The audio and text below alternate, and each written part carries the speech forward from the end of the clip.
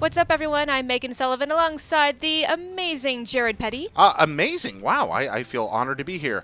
If I'm amazing, then that would make you simply superb.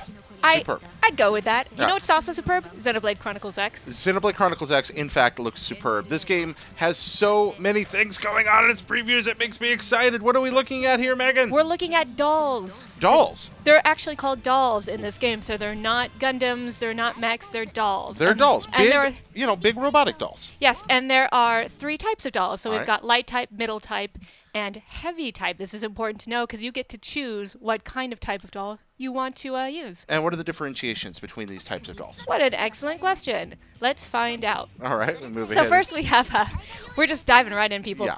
We have light types, which are lower on HP, but they're faster in terms of evasion and moving around. Okay, so these are scout-type vehicles. So used for skirmishing, exploration, for players who prefer to have some agility. Yes. All right. And that time was Formula. This is Wells. He's also a light type. You can see the sort of different colors, the different makeup of each of these dolls. It's pretty cool. You have a lot of customization in this game. Japan does giant robots really well. They do it really, really well. Now, keep your eye on Urban. We'll see this particular type later. Okay. Pink, really cool. Again, a light type that comes in handy later to know. Middle type. So this is more like a balance. This is sort of your average. All the stats are sort of very balanced. They're So not if this is the cast of Super Mario 2, these are the Mario types. Yeah, They're these are the Mario types. evil, so earlier on we have Light, that was Toad. Now we have the Mario Yes. type dolls. Okay. Yeah, so we have the different types there. And then, of course, we have heavy type, which takes a little more technique to maneuver, but it's got great defense. It's got great weaponry. Continuing the metaphor, these are the Luigis of the Xenoblade Chronicles X Yes, universe. in fact, All I'm right. very disappointed they're not called Luigi and Mario and Princess Toadstool. Yes, I said Toadstool. I went all the way old back. School. Old school. Well Old done. school. And here we have them running about the actual setting here. In the background, we see New Los Angeles, and now these guys running out into the wilderness. Yes, and they can do all sorts of cool things. They can jump, they can run, and get this. Let's roll, Jared. Let's go. Oh, Boom! there we go. Okay, and I'm suddenly flashing back to like childhood Robotech. Yes. Right here. This is wonderful. So they transform. Yes, and they have different types of vehicles. So this is, I love this one because not only is it fast, this is urban, but urban can, boom, drift. Oh, that's really fun. So okay, so we have Fast and the Furious, Fast and the Furious. Xenoblade Drift. There we are. We've got another type of vehicle. Oh, there we go. Oh, wow, I like that a lot. More That's of a tankish vehicle. kind of a Batmobile feel to it, like Yeah. Christopher Nolan Batmobile kind of Gundam running around here. I really like these dolls. I like the designs a lot. Yeah, There and we you can some have tracks, some have different, sort of a weight and feel. They can be used in different terrains, and hey, you can run people over. Oh, Boom. okay. Wow. Okay, so GTA-like open world features are confirmed. You can in fact squash pedestrians in Xenoblade Chronicles X. And then you've got you can also flip from your car to your doll, and you can do all these cool different things. This thing kind of has almost a water bug thing going on. I like that a lot. Ooh, that's Yeah, really neat too. and I love that you can just jump over obstacles by turning back into your doll, and you can just flip back and forth. And of course, you can buy doll assets, but Okay. they're not cheap, as No. you can see. Okay.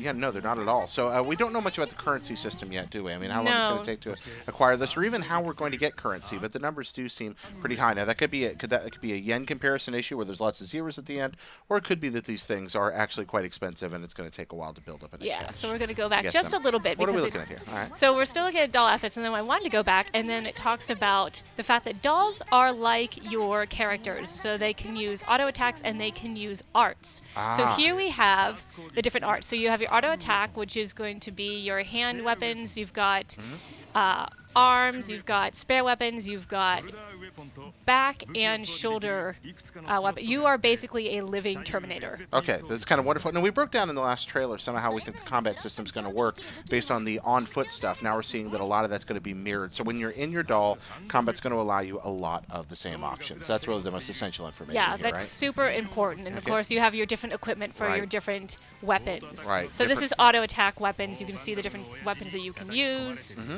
Big kind of spinning mace thing, an automatic gun of there of some kind. Yes, now you've got your arm weapons. Now these are attached to your arts, and Okay. they do cool things like, for example, you can have shields. Okay. And you'll see that in action right here. Put that up right there. Oh, wow. Boom. I like that. It's a neat effect. That Yeah, really is. that's really cool. Also, while that poor guy stands there, you just shoot him with an automatic gun. I feel kind of bad for that little creature there. Yeah, no, it's not really fighting back. No, he's really not. Then you've got spare weapons. They're not as powerful as other weapons, but they're handy at a pinch. Laser katana confirmed. Yes, laser katana is best katana. There we are. All right. Wow. Oh, nicely done there. Yeah. Yeah, I agree. Laser katana defeats all other You can katanas. lob grenades, you can shoot machine guns. It's pretty cool. And then you've got back weapons. Now, these are the more powerful types of weapons.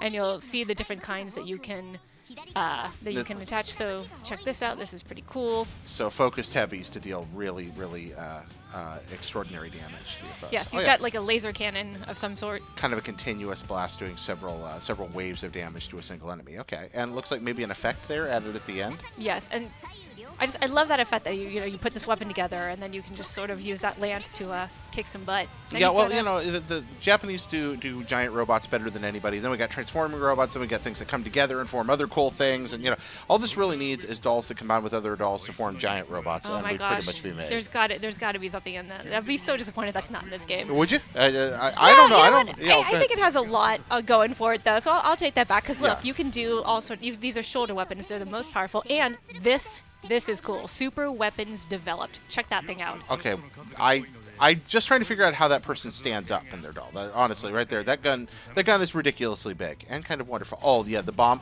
Okay, that was a bomb frail. Did you see that? That's a little bit of the L to R that's occasionally lost when you convert from katakana to Romaji. Yeah. That's supposed to be a flail, I think. There, right? The idea of bomb flail, possibly. I think, not frail. I Yeah, believe it's a bomb I flail. think that was supposed to be a bomb flail Yeah, because otherwise that would not be a very good bomb. So here we have all the customization you can do for your dolls. That's super cool. Yeah, taking the garage. Yeah, I love the custom things. Again, I mentioned Robotech earlier, all the way back to being a kid and seeing the Skull Squadron custom paint jobs and things. But I love, World War I fighter jockeys. They would custom paint their planes so they'd be easily recognizable. And I like when games allow you to do that with your gear. Yeah, that is super cool, and it's super granular too. I mean, you can name your dolls, you can customize them, and by the way, you can fly around with them, but it takes fuel to do so. Okay, so since we're eating fuel, do we know how we're going to replenish that yet? So it replenishes very slowly, but you can buy additional fuel back at, I believe, the doll garage. Okay, so you go back to your garage, flip things off, and you're able to do that. Now, we've also seen some things, I'm getting a little ahead of ourselves here, but we've also seen that there are going to be incentives for actually leaving your doll suit during combat, right? That you don't always want to be inside the robot. The game's got a system for dealing with that. Why is that, Megan? Well, for balance, for one thing, but it also gives you different benefits and different strategy doing so. And as you can see, you don't want to, run out of fuel. Right, you don't want to run out of fuel, but there's also this thing coming up where I believe if your doll is damaged and you leave it, its hit points begin to replenish, right? Yes. And that comes a little bit. So you can actually strategize, fight in the doll, wait till it wears down, jump out at the right moment, fight for a while, hop back in, etc. And continue to do things like that. Yes, and you can do combos with your dolls, including you can actually catch enemies in sort of a bubble and they can't move. It's almost like this is a weird reference, but like a phase lock from Borderlands 2 where you can actually sort of trap the enemy and then you can just blast away at it, which is super cool. And that's also going to be effective because you've got allies that are going to be able to help you do this. So one of you locks it down and the rest of everybody else can pound on your opponent. Yeah, you can just wail on it with arts. By the way, I love these monsters. We're looking at the dolls here, but these monster designs, we're seeing some more of these, and they're really neat. There's this floral thing down at their feet right there a second ago that was beating on like a living flower thing. There was a neat carapace on that one that was just beaten on. And everything's very diverse and wonderful and colorful. And they almost remind me of strange takes on if Zelda monsters and Monster Hunter monsters had a baby, it would kind of look like the art style for the monsters in this game. You even have cockpit mode, which sort of helps you zero in a little bit more on what's going on. So you can actually see from the cockpit what's going on. And that's super cool as well. Okay, neat. So what do we have going on here now? Well, we have more cockpit mode. You can see the other dolls in the background too, sort of coming together. Now, up to this point, we didn't know all that much about how dolls were going to work. They seemed almost more like a traversal option. So suddenly we're just getting tons and tons of doll combat. And then we just saw some battle damage there? Yes. Take place? What do we know about that? Not a whole. Oh, okay. So this is important. Right. So if you take damage, you will fall out of your doll, and you have to go basically back to the doll garage and basically revive your doll. You want to get out of the doll before you hit the ground, possibly. Before the doll's completely destroyed so that it'll heal up. Yeah, I'm not sure if I completely have that right. There's a lot of information being thrown at us, but yeah, that seems to be what's occurring. Is that they want you to get out and try to heal the thing before. Yeah, so this is a good all example over with. right here. That giant monkey thing is furious. Oh, is that the same? Is that the giant monkey thing that throws the thing in the last trailer? Yeah, that threw the rock at us, possibly. Yeah. Okay, I was wondering about that. But now we're strong enough to take it on. I'm noticing something about these giant monkeys. There are no giant trees around for the giant monkeys to live in. Where do they dwell? I guess just on the plane there. Plain monkeys. Plain monkeys. Who's ever heard of such things? Exactly. So here you go. So again, your formula. So you've got your HP a little bit back. Okay. Healing up there between yes, battles? Yes, you can, and then you'll watch that if there's, there's doll defense. So fighting with dolls also has its own advantages. And fighting alongside them? Yeah, and there's a cool thing coming up with this particular character. I think this is Lynn. Okay. She does something where she sort of rips the space-time fabric and then attacks. And it's super, I like that cool. bodacious weapon she's using there. That's really neat. First she had the shield up, and now she's kind of blasting away with one of the heavies. Yeah, right here. Boom. Oh, wow. That's yeah. really okay. So she's just ripped a dimensional hole. Yes. Okay, so this is almost Bugs Bunny-ish. We got a little portable hole action going on here, and just struck him with a dimensional rift. That's really quite cool. Yes, and this is your different doll suits. Okay. Oh, okay. So these are the actual, the smaller customized suits that you can wear here. Yes. Customizing those as well. Okay. Yes, and then you can see. Oh, we're back here at Blade headquarters. Yes, we're at Blade headquarters, and we're talking about the enemy that you'll be fighting. Okay. So if you're wondering why we need all these mechs, and are we just exploring this planet on our own, this planet of Mira? And no, you have some company. Yep. And how much do we know about this yet? I mean, we know that we saw the antagonists were revealed in the last segment, just a little bit. But do we know where they come from? What their motivation is? Are they the inhabitants of the planet fighting to keep us from invading it after we crash landed? We don't know a whole lot about them. I think this may have been the enemy that drove us away from Earth in the first place. So they come after us. Yeah, okay. So the blue lady we saw at the last trailer, I think she is in charge of the enemy, or one of the generals of the enemy, but that is just pure speculation on my part. Now here we go. This is interesting. This is all about multiplayer. Okay, so this is one of the most fascinating things. Now, multiplayer third-person adventure games have been a big deal in Japan for a long time, especially since Monster Hunter, where it was a phenomenon on a scale that's difficult to over-exaggerate. Since then, most games that want to succeed in Japan are going to have this kind of system built into it. But the things I'm seeing here in Xenoblade are really interesting, and I love the sense of scale you get from it. Yeah, this is interesting. If you're familiar with Dragon's Dogma, you remember AI pawns. You can sort of do something similar with other people's characters. You can actually have them join your party. Oh, and beat up giant ostriches. And beat up giant ostriches. So what's really cool is your character can be part of a 32-man squad.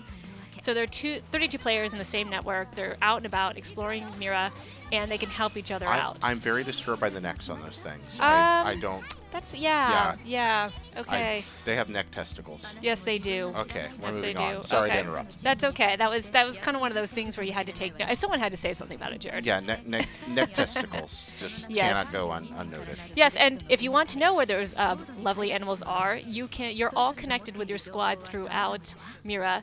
And you actually have player reports, so if you come across these types of enemies or items or locations, you can actually let other people in your squad know. Okay, so you're cooperating and scouting. Yes. And you're getting ratings for this, right? Yes. As you find more and more things, that moves your rating up. Yes, and so here you go. You can so I guess there's no voice chat. I think it's all basically just typing in kana. That's what it looks like, yeah. I don't think we'll be typing in kana, hopefully. Well, if we import the game. We could, if we're importing the game. I mean, I don't type in kana very well, though, so I don't think I'd understand it. I'd have to use emoji.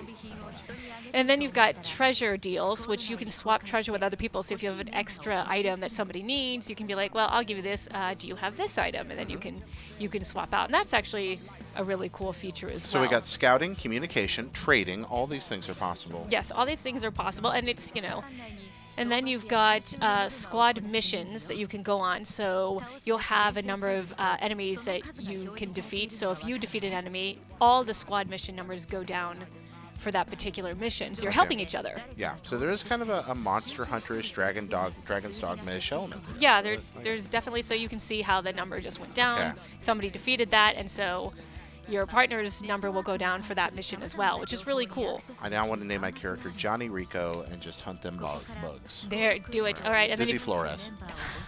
Forever. and then you've got squad quests, which are basically sort of the same thing. You can.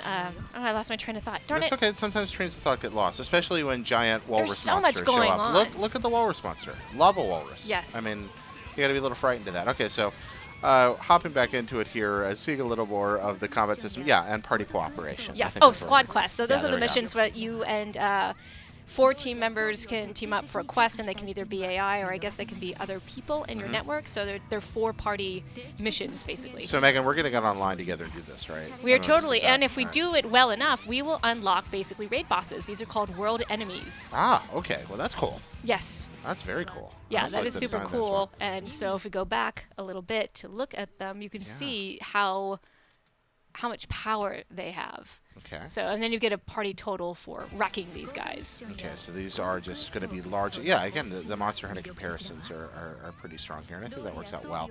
But I like that system. I like the idea of cooperating with friends to overcome super enemies that you built up to get to.